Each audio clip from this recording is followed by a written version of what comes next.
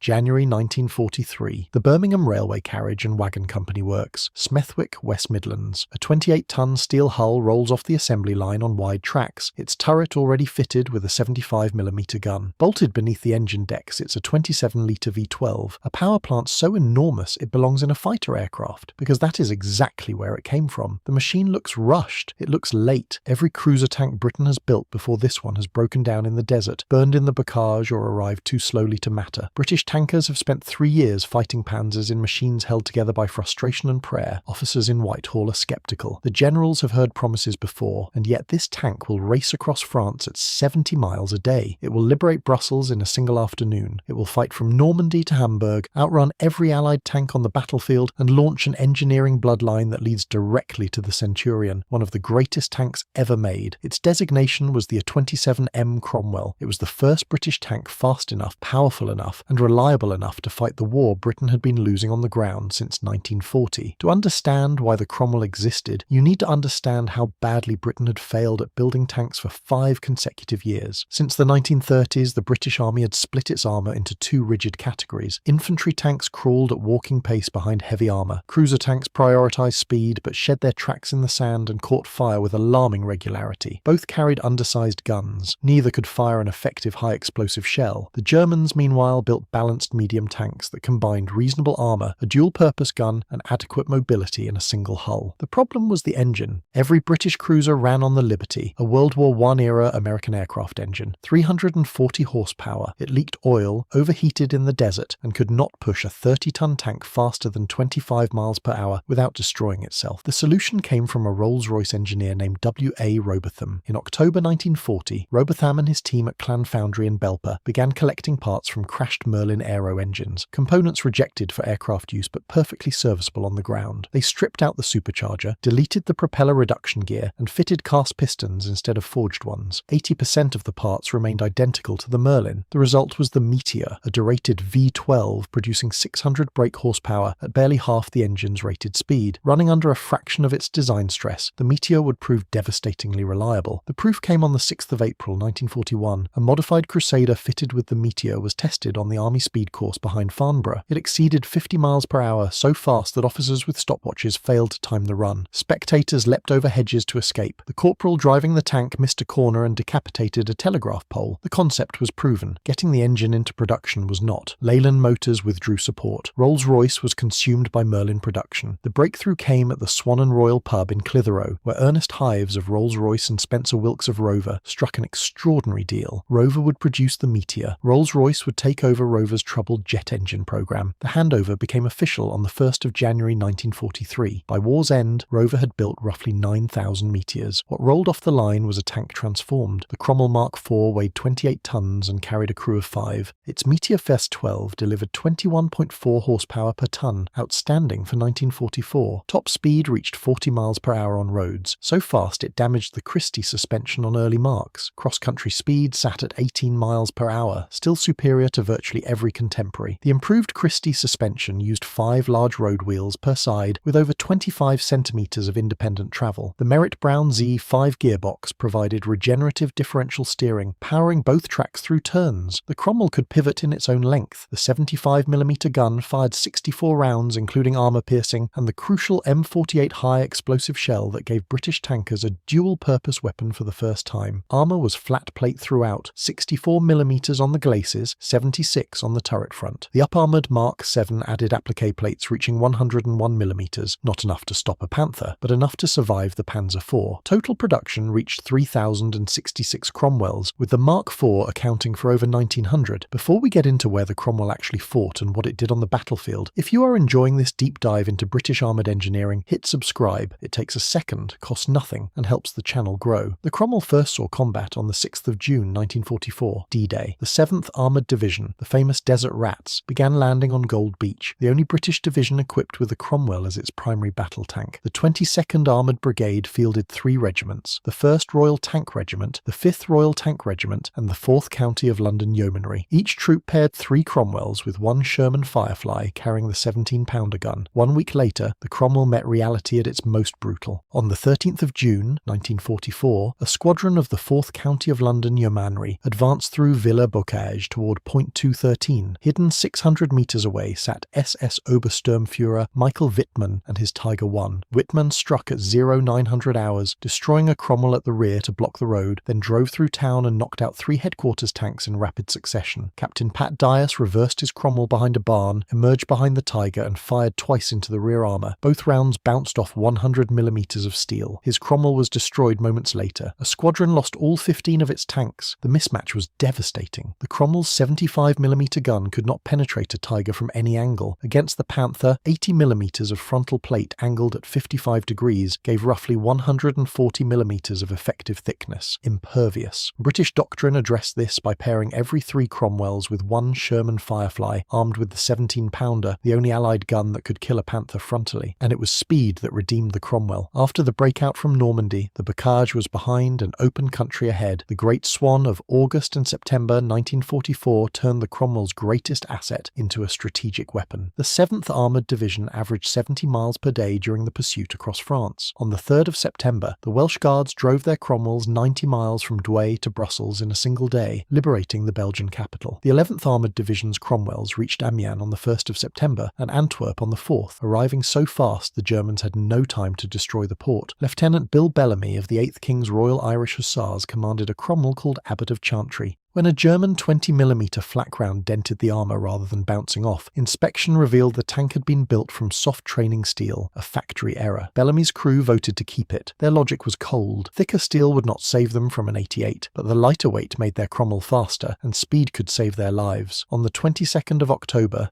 1944, near Doornhoek in the Netherlands, machine gun fire sprayed molten lead across Bellamy's face. His beret was later found with 2 bullet holes through it. He retrieved his crew, overran the enemy positions, and was awarded the Military Cross. On paper, the Panzer IV looked more capable, with a higher velocity 75mm gun penetrating 96mm at 500 meters compared to the Cromwell's 68. The Sherman offered better sloped armour and was produced in staggering quantity, 49,000 against 3,000. The T-34 carried an 85mm gun and boasted sloped armour the Cromwell's flat plate could not match. In every comparison, the Cromwell conceded firepower, protection, or numbers. What it offered was speed, mechanical agility, and a transmission that let it fight through manoeuvre when brute force was not an option. The Cromwell was directly succeeded by the A34 Comet, which used the same hull as its basis, retained the Meteor engine, and fitted a 77mm high-velocity gun. The Comet in turn informed the A41 Centurion, which kept the Meteor and Merritt Brown transmission that the Cromwell had pioneered. The Centurion served 23 nations and remained on the front line into the 1990s. Approximately 56 Cromwells survived today. The Tank Museum at Bovington holds a Mark IV in Polish markings. Running examples exist at the American Heritage Museum in Massachusetts and at Bastogne. A Cromwell presented by Britain in 1947 still stands in Antwerp, January 1943. The Birmingham Railway Carriage and Wagon Company works, Smethwick. A 28-ton cruiser tank rolls out of the factory on wide tracks, powered by a derated fighter engine, armed with a gun that cannot penetrate a Tiger, and protected by flat armour thinner than most of its rivals. It was underpowered against heavy armour.